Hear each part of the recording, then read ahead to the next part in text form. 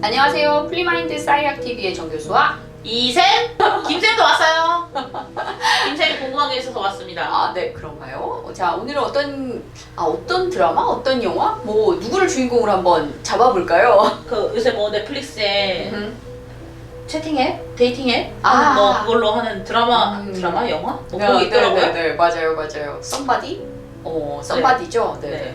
근데 이제 거기에 검색을 하면 음, 그거를 김영광이 사이코패스다라고 맞아요. 나오거든요. 네. 네, 보시니까 사이코패스인 것 같으신가요? 사이코패스라고 하면 좀 그럴 것 같고요. 그냥 뭐 반사회성 인격장애? 뭐 요 정도로 하면 어떨까라는 생각도 좀 들거든요, 저는. 근데 뭐 사이코패스들은 원래 그렇게 조금 양상이 다른데 그쵸. 어떻게 네. 보셨어요? 그렇다기보다는 일단 그 주인공 자체가 가지고 있는 게 어렸을 때 이제 유기불안을 경험하죠. 그러니까 버려짐이라고 하는 걸 경험하는데 그 김영광이 자기 어머니로부터 태어나자마자 버려지는 걸 경험한 것 같고요. 그리고 또 두 번째도 제가 볼 때 한 두 번을 한꺼번에 버려진 것 같아요. 태어나자마자 한 번 버려지고 나중에 또 성장해서 또다시 버려졌는데 그때는 내가 널 챙길 수 없다? 내가 널 챙기기에는 역부족이다? 뭐 이런 식으로 해서 또 한 번 버려지고 뭐 실제로 사실은 주인공이 버려지는 장면에 대해서 나온 것도 없고 본인의 부모에 대해서 언급한 건 없는데 추론해보면 좀 약간 그런 부분이 있는 것 같기는 해요. 그러니까 결핍에 대한 어떤 요소를 가지고 있는 인물인 거죠. 그러니까 나에게 이런 결핍의 요소를 자극하는 어떤 상황들이 생긴다면 그 부분으로 인해서 좀 약간 소위 균열이 좀 깨진다라고 할까요? 그런 부분들은 있죠. 근데 만약에 그런 부분들을 갖다가 무조건 사이코패스야 라고 얘기한다면 살짝 위험할 수도 이건 사이코패스라고 하기에는 좀 어려운데? 하는 부분들이 있어요. 그러니까 해당 주인공은 반사회성 인격장애는 틀림없이 맞는데 아무런 이 꺼리낌 없이 범죄를 무조건 저지르는 그런 어떤 내연한이다 라고 보기에는 좀 어려운 거죠. 왜? 사이코패스는 아주 어렸을 때부터 뭐 동물을 해하거나 혹은 누군가 사람을 해하는 것에 대해서 죄책감이 없어요. 근데 이 해당 주인공은 어렸을 때부터 그랬던 것이 아니라 불과 한 1년여 전에 이 썸바디라고 하는 이 데이팅 앱을 통해 가지고 최초의 살인을 저지르게 되는데 이 최초의 살인이 본인의 내적인 어떤 희열감을 준다라고 하는 것을 발견하게 됐고 그것을 발견하게 되면서 이게 좀 연결이 된 거죠. 그러니까 학습이 되어졌다라고 하는 표현이 좀 더 맞을까요? 나쁜 놈은 나쁜 놈인데 그렇죠. 사이코패스는 아니다. 그렇죠. 인격장애는 틀림없이 맞는데 이거를 사이코패스라고 하기에는 살짝 아쉽다? 아쉽다? 이 표현이 좀 그런가요? 저 문득 궁금한 게 생겼어요. 뭐죠? 어쨌든 이 주인공이 약간 유기불안에서 왔다고 하셨는데 그러면 어쨌든 부모, 아빠, 엄마 둘 다에게 벌어진 건데 네네네. 여기서는 좀 또 특정 여성에게만 하고 있잖아요. 그 그 이유가 있을까요?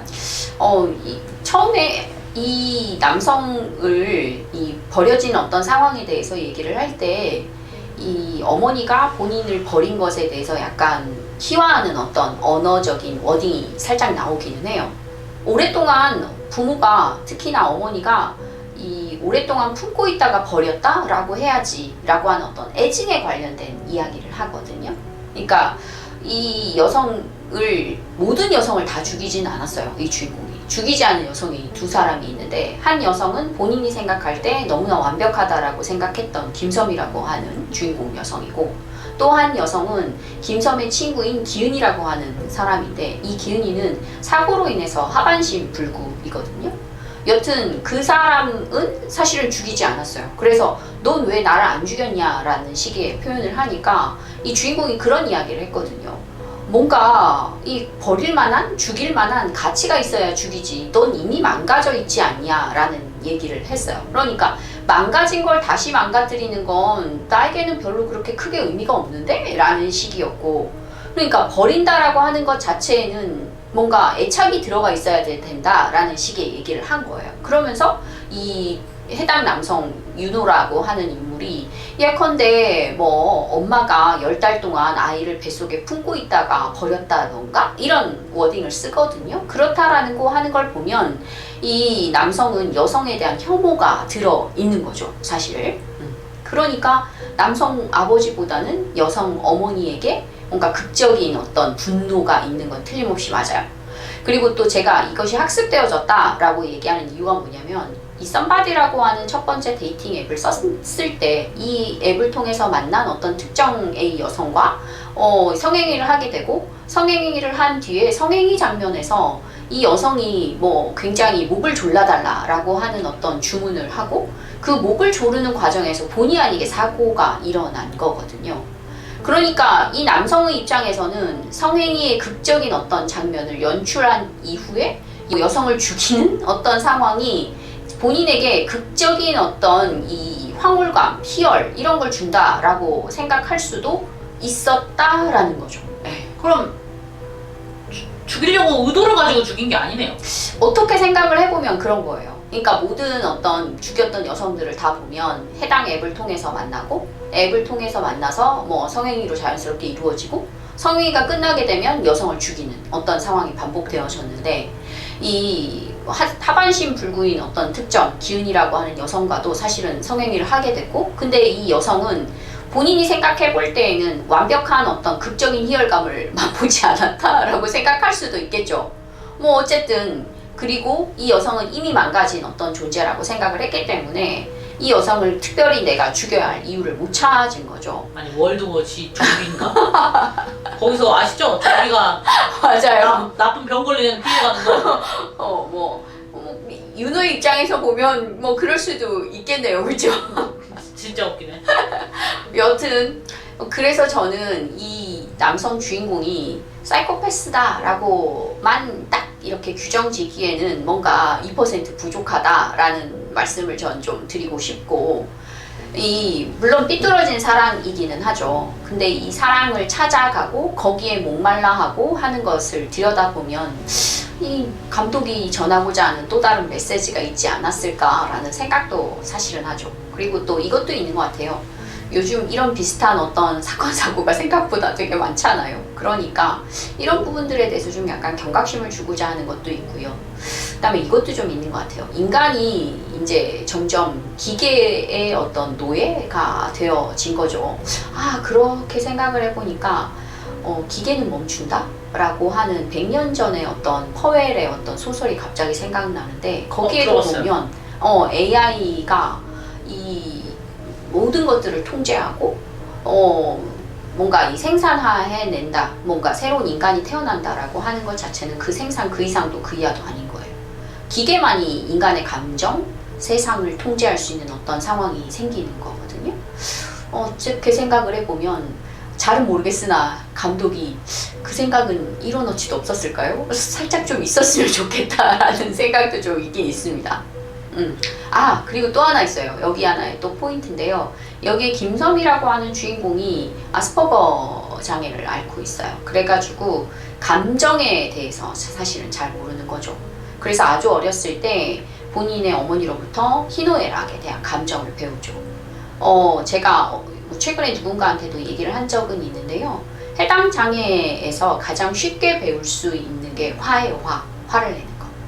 나머지 노애락에 대해서 희노애락의 슬픔과 기쁨과 뭔가 이 뭐라 그래야 될까요? 쾌락이라고 할까요? 그런 부분들에 대해서 사실 잘 몰라요. 그런 부분들은 배워가야지 되는 어떤 부분들인 거거든요. 그러니까 화는 매우 쉽게 배우지만 나머지는 잘 배우지 못하고 그걸 배우는데 시간이 좀 더 많이 걸리고 그래서 뭐 김섬이라는 주인공이 시간을 보내면서 해당 감정들을 배우는 거를 화면 안에서 또 볼 수도 있어요. 그래서 그런 부분들에 대한 이해를 좀 하면서 본다면 그것도 또 하나의 재미 요소가 될 수는 있긴 한데요. 이것도 또 너무 해당 장애 쪽으로 또 몰아가서는 안 될 것 같고요. 그냥 그 부분은 또 있다. 재미의 또 다른 요소의 포인트도 있다. 이렇게 조금 봤으면 좋겠어요. 아니 그럼 사이코패스는 아니고 반사회성 인격장애다. 네네네. 근데 반사회성 인격장애 그 진단 기준이나 이런 거 보면 생각보다 많아요. 맞아요. 주변에. 맞아요. 네. 뭐 때문이라고 생각하시죠? 저는 맥락에 관련된 문제들이 굉장히 크게 좌지우지된다라는 생각을 하거든요.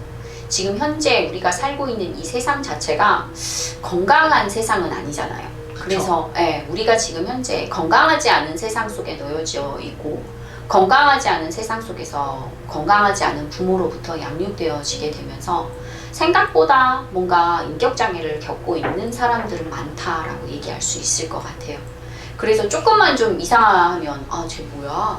사이코패스 아니야? 라고 얘기하지만 실제 사이코패스까지는 아니고 반사회성 인격장애를 겪고 있는 사람들은 꽤 많고요. 그 다음에 사회 안에서 뭔가 죄책감 없이 행동하는 거는 소시오패스라고 얘기하는 부분이 조금 더 적합할 것 같고요. 사이코패스보다 소시오패스는 좀 더 흔하게 볼 수 있는 것 같기도 해요. 코로나인가 이것도? 좀 오래전부터 일어난 코로나? 그렇게 얘기하면 또 할 말이 없네요. 약간 비슷한 맥락 같지 않으세요? 뭔가 불가항력적인 우리가 어떻게 할 수 없는 인간이라는 존재가 넘어설 수 없는 환경의 문제에 있고 그 다음에 이것을 지배하고 다스림이라고 하는 걸 해야 되는데 거기 안에 놀아나는 노예화 된다면 우리는 어쩔 수 없이 맥락이 잠식화되겠죠? 여기까지 얘기하니까 약간 지금 현재를 살고 있는 많은 젊은이들에게 그리고 우리의 뭔가 좀 더 어린 세대들에게 되게 미안한 감정이 앞서고요. 기성세대들이 더 열심히 살아야 되지 않을까라는 생각도 좀 한번 해보게 됩니다. 네. 어떻게 보셨는지 잘 모르겠어요. 너무 비뚤어진 어떤 이 주인공들에 대한 이야기를 해서 불편하진 않으셨을까라는 생각도 좀 들고요. 어쨌든 오늘 싸이악TV가 마음에 드셨다면 구독과 좋아요를 부탁드리겠습니다. 네, 감사합니다.